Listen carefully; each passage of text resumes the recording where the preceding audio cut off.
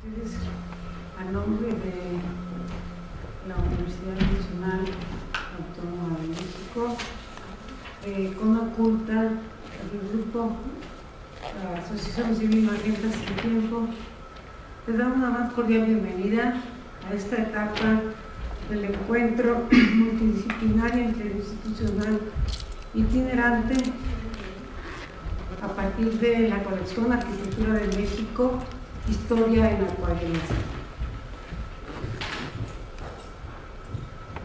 Quiero decirles que está con nosotros Luz María Blasticocchi, que es la autora del proyecto, la expositora.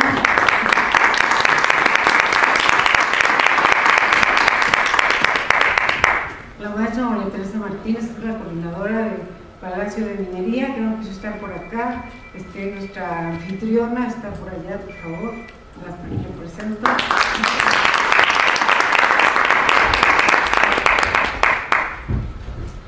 Y bueno, nuestros expositores que iré presentando en su momento. Recordando que este encuentro tiene como un objetivo principal, uno de tantos objetivos, a promover la valoración o revaloración de nuestro patrimonio cultural, especialmente el arquitectónico, a través de la teoría y de la experiencia personal. Hoy tenemos la fase de teoría a partir de la presentación de 3 expertos sobre temas relacionados con el patrimonio de nuestro país. Y me complace presentar en primer término al doctor Enrique Tamés Muñoz. Él tiene un currículum impresionante, pero hemos querido sintetizar para centrarnos en su presentación. Me voy a permitir decir algunos elementos de ese currículum. Él nació en California, es filósofo, doctor en tecnología educativa por parte del Tecnológico de Monterrey, Campus Ciudad de México, donde ahora es director y docente de la Escuela de Humanidades y Ciencias Sociales. Sus temas de investigación y publicación giran en torno al impacto de las nuevas tecnologías en la sociedad, filosofía de arte, estética y arte contemporáneo, y ha sido un gran apoyador para la creación del Arts Codex.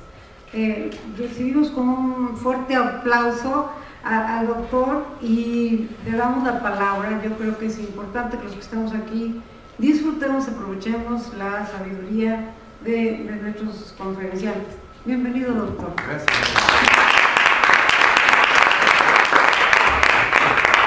Muy buenos días. Quiero agradecer muchísimo a Luzma la invitación de poder platicar unos minutos con ustedes y tengo un problema de definiciones desde el mero principio. Cuando uno tiene que escoger el tema o poner el título del tema antes de desarrollar el tema, salen luego cosas medio extrañas.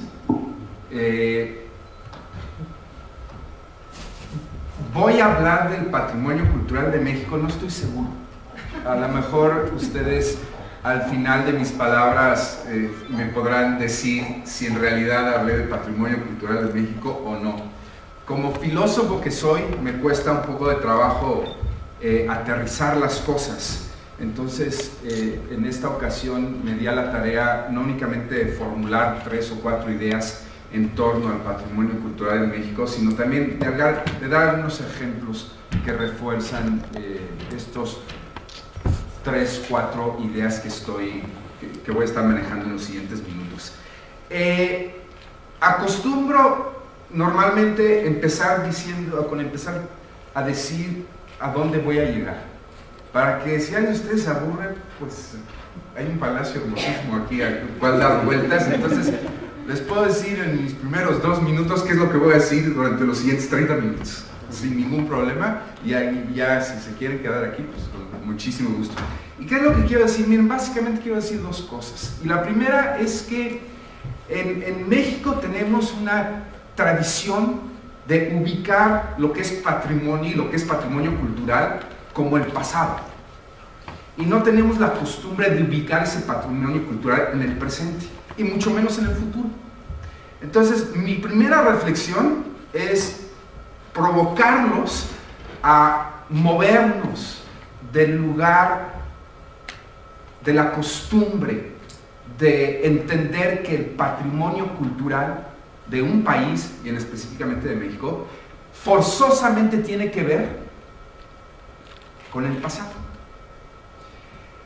Y mi segunda idea es, también quiero provocarlos en este sentido, normalmente cuando hablamos de patrimonio cultural, normalmente cuando hablamos de cultura, nos viene a la mente ciertos quehaceres humanos y no otros.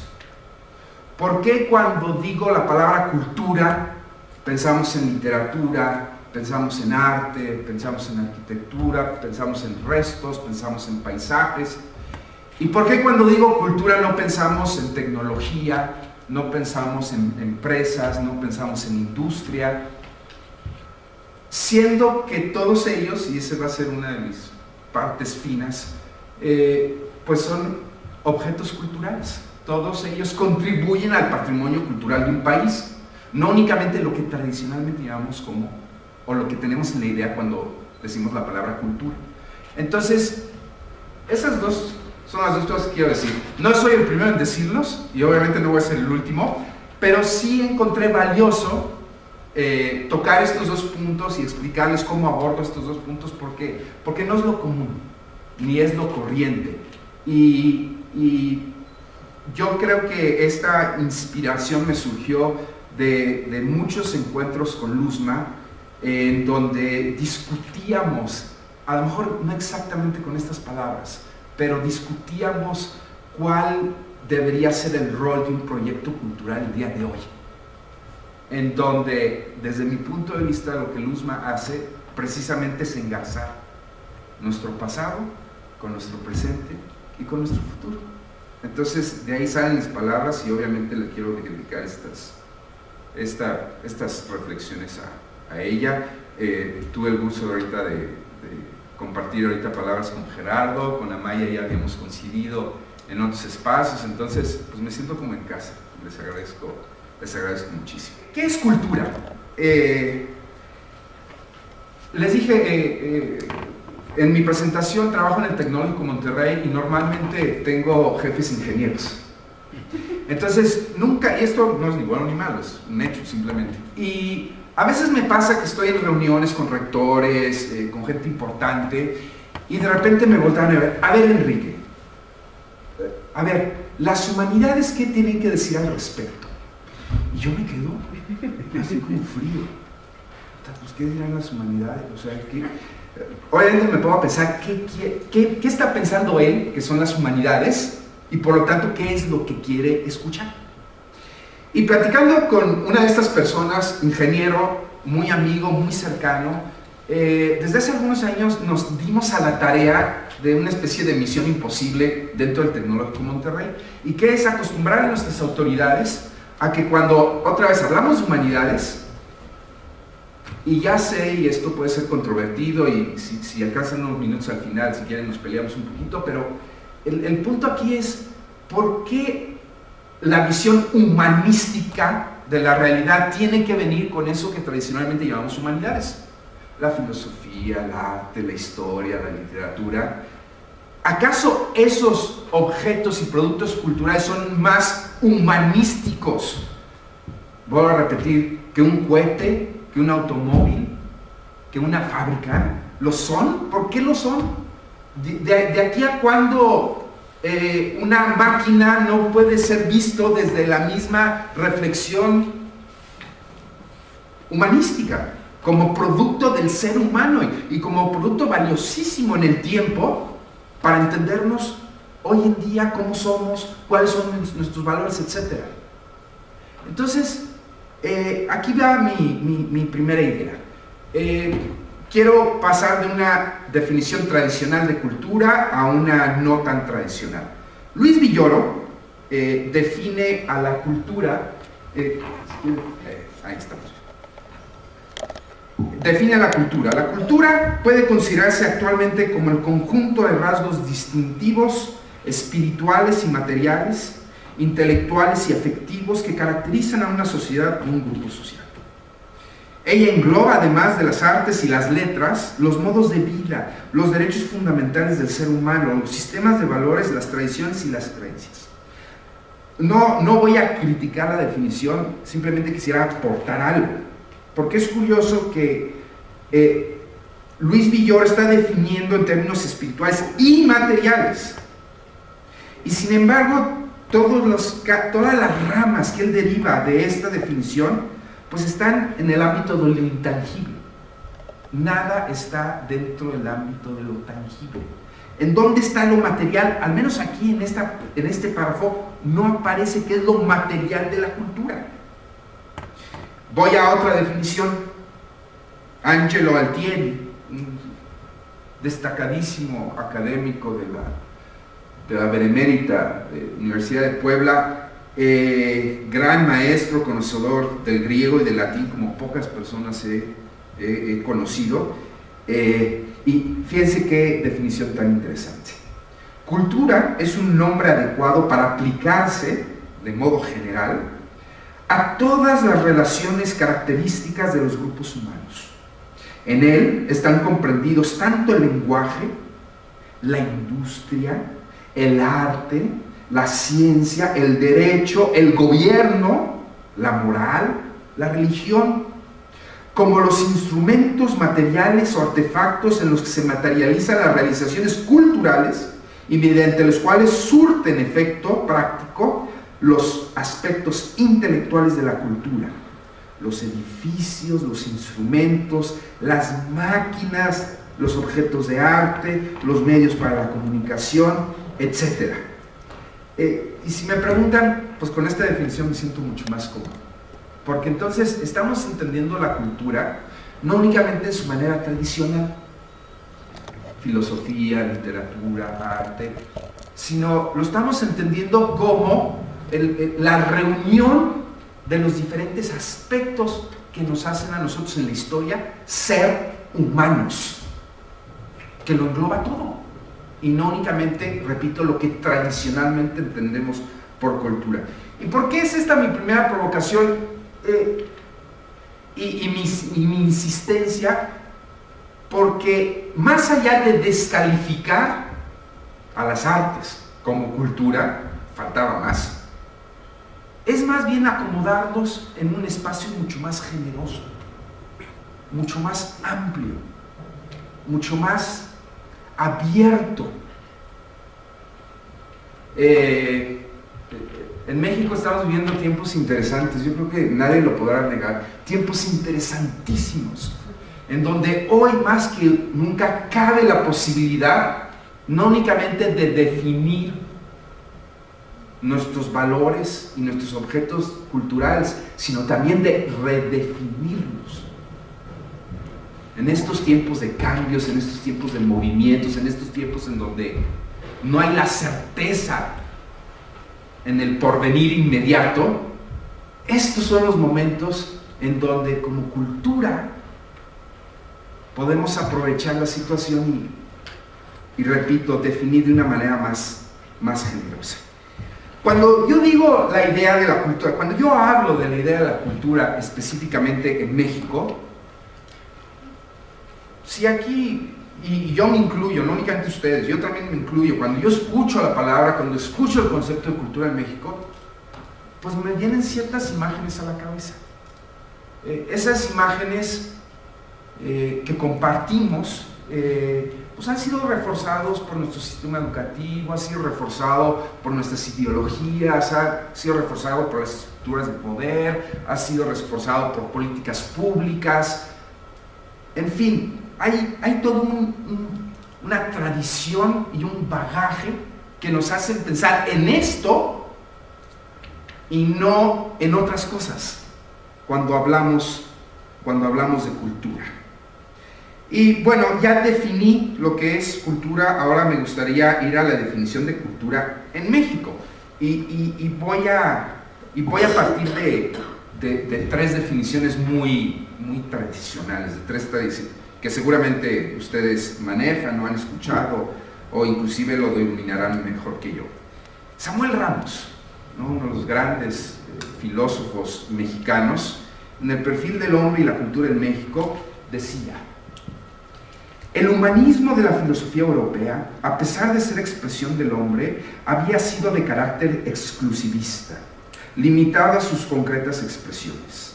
Se le había convertido en el arquetipo ante el cual tenían que justificar su humanidad otros pueblos, otros hombres. Así pues, era necesario, decía Samuel Ramos, huir igualmente de la cultura universal sin raíces en México, como también de un mexicanismo pintoresco y sin universalidad.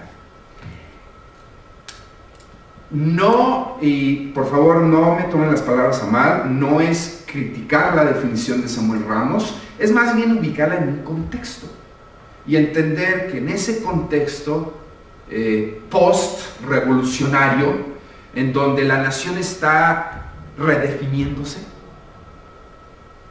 diferente a la redefinición de hoy, pero a final de cuentas a lo mejor compartimos ciertos espacios, cómo es perfectamente entendible que un hombre brillante como lo fue Samuel Ramos insistiera de manera curiosa en esta identidad del mexicano como algo distinto a pues una de las grandes tradiciones que nos definen como mexicanos, que es la tradición europea. No la única, y otra vez, si yo hablo del pasado nuestro, pues la mayoría de nosotros cuando hablo del pasado nuestro vamos a pensar en el mundo indígena y nunca vamos a pensar en Salamanca. Pues a lo mejor porque los indígenas estaban aquí y los españoles fueron los que llegaron. Bueno, como sea quien haya llegado y quien haya conquistado y quien, a final de cuentas, tenemos tantas cosas, y no quiero discutir sobre este punto, pero tenemos tantas cosas de un lado como del otro. Otra definición que me parece muy interesante es la de José Vasconcelos, también un hombre totalmente sumergido en su tiempo, a quien le debemos tantas reflexiones, tantos pensamientos, tantas ideas innovadoras. José Vasconcelos dice, fíjense: el mayor de los males que a nosotros nos han hecho las fuerzas empeñadas en destruirnos es el haber desprestigiado en nuestro medio las ideas de raza y de idioma. Más adelante dice: la educación debe buscar restaurar el alma nacional, actualizar el rico potencial espiritual de la raza, jamás imitar al egoísta y práctico sajón. Otra vez, no es criticar al maestro Vasconcelos, es simplemente ubicarlo, entenderlo, por qué está diciendo lo que está diciendo en ese momento. Y obviamente, por mis palabras anteriores, pues no deja de llamarme la atención cómo existe este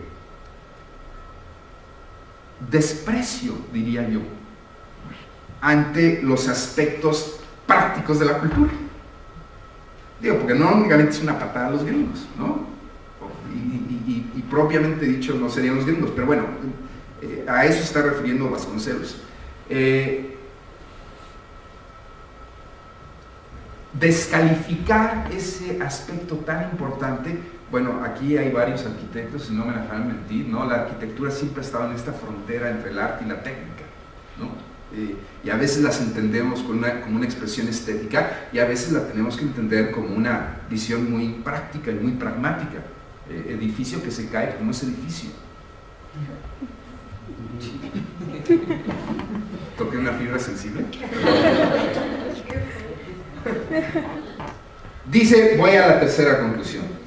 Octavio Paz, definiendo a uno de tantos mexicanos, ¿no? Octavio Paz, algunos años después, en otra situación, en otro entendimiento, pero también aportando algo de lo que es lo mexicano, dice: algo semejante ocurre con los mexicanos que uno encuentra en la calle. Se está refiriendo a las calles en los Estados Unidos. Aunque tengan muchos años de vivir ahí, usan la misma ropa, hablan el mismo idioma y sienten vergüenza de su origen. Nadie los confundiría con los norteamericanos auténticos. Norteamericanos auténticos, bueno. Y no se crea que los rasgos físicos son tan determinantes como vulgarmente se piensa. Lo que me parece distinguirlos del resto de la población es su aire furtivo fugitivo e inquieto, de seres que se disfrazan, de seres que temen la mirada ajena, capaz de desnudarlos y dejarlos en cueros. Llevamos muchas décadas definiéndonos culturalmente a través de la mirada y de las palabras de gente muy inteligente, de gente muy preparada, pero cuya fortaleza no era precisamente el método científico, y además no tenía por qué ser. Entonces, a la reflexión a la que les quiero llevar es a la siguiente. Las definiciones que nosotros rescatamos sobre lo mexicano, sobre lo cultural y por lo tanto sobre lo patrimonial, normalmente, en la gran mayoría de los casos, por no decir en todos los casos, vienen de estas fuentes de conocimiento. Vienen del arte, vienen de la literatura y vienen de la filosofía. Y otra vez, no quiero que se me malentiendan mis palabras, tiene su riqueza cualquier aproximación desde estas disciplinas, pero la finalidad de Octavio Paz no era el de la descripción, la finalidad era el de la recreación, como lo es el de todo poeta, como es el de toda manifestación artística. Y sí, aquí me distancio enormemente de aquellos que piensan que el arte es una reproducción. El arte es una interpretación y hay una carga subjetiva muy grande. Y así está bien, y así hay que entenderlo. El problema es que muchas veces se nos pasa esta información vital y a veces nos entendemos y nos definimos socialmente de acuerdo a lo que nos dijo Octavio Paz hace 50 años. Y algo aquí, y otra vez, insisto, no, por favor, no malentender mis palabras, hay un cambio de paradigma a fines de los 70, a principios de los 80, y yo diría no únicamente en México, sino en muchas partes del mundo, donde las herramientas de los sociólogos, las herramientas de los antropólogos, las herramientas de los historiadores empiezan a tener un mayor componente científico y un menor componente especulativo. No lo tengo aquí en la presentación, aunque lo anoté ahorita de último momento para que no se me olvidara. Hay una obra muy importante para entrar en este mundo de ideas. Seguramente algunos de ustedes ubican los libros producidos por el Fondo Cultural Banamex de ese entonces, de una persona pues, que no era muy conocido en su momento, Enrique Alducín, y que produjo estos textos extraordinarios llamados Los valores de los mexicanos, los valores del mexicano, los valores, ¿cómo terminaba? En plural, no me acuerdo, los valores de lo mexicano.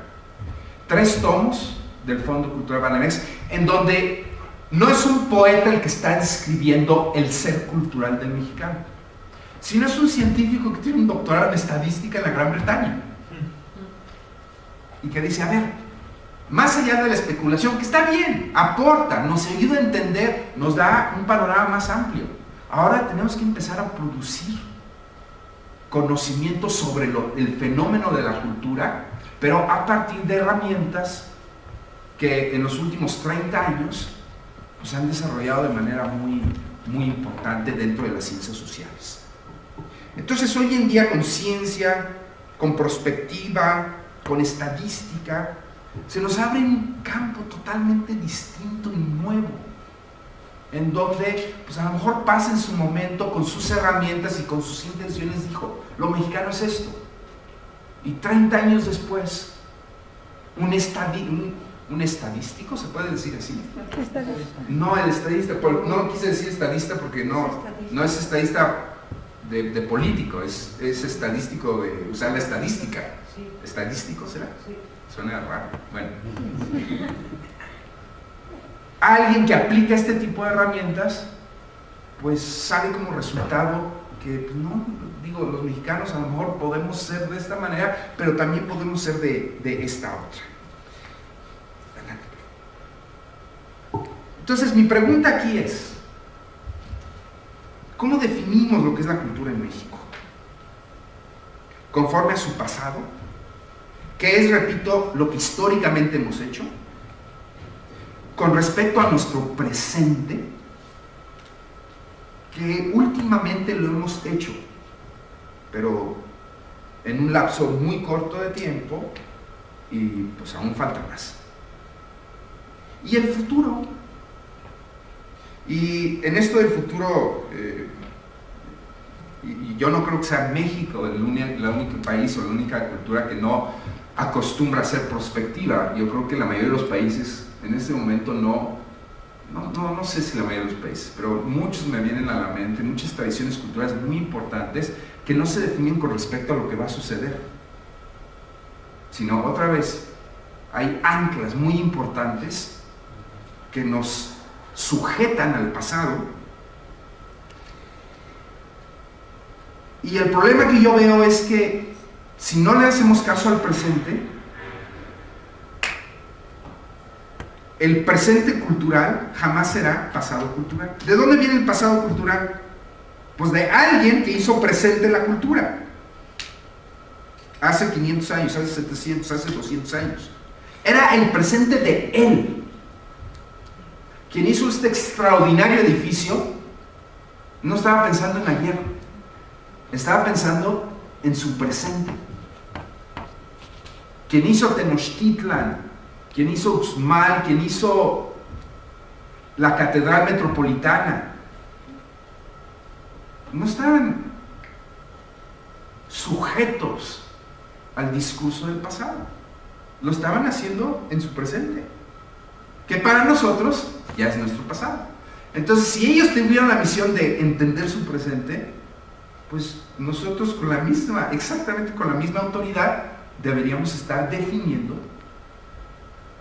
nuestra cultura a partir también de lo presente, que no es excluyente, es complemento, y es un complemento importante, fundamental. Y la pregunta es, en una cultura como la nuestra, ¿qué tiene más peso? ¿Qué tiene más valor? Porque a veces, como les voy a mostrar a continuación, sí hay conflicto.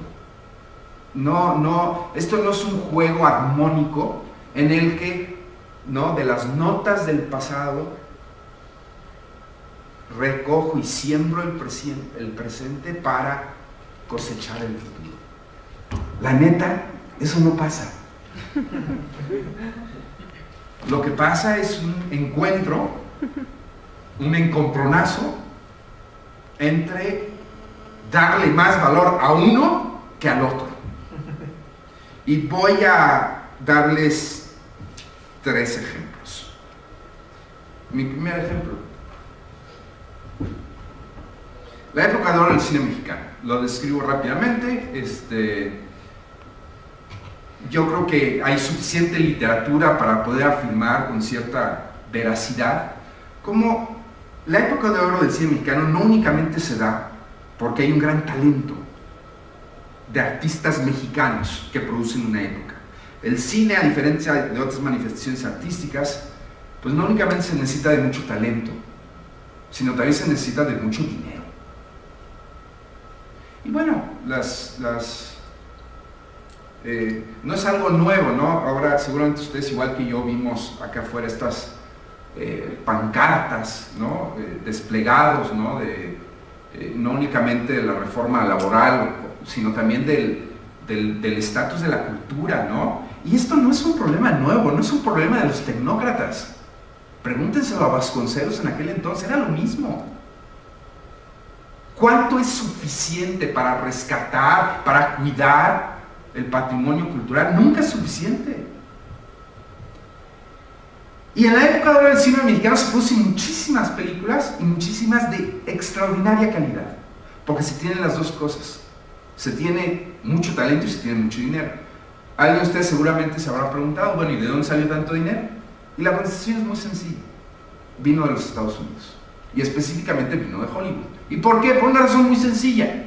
Segunda Guerra Mundial, los gringos no van a estar ocupando su dinero produciendo películas entretenidas en una época en donde sus jóvenes están muriendo en guerra.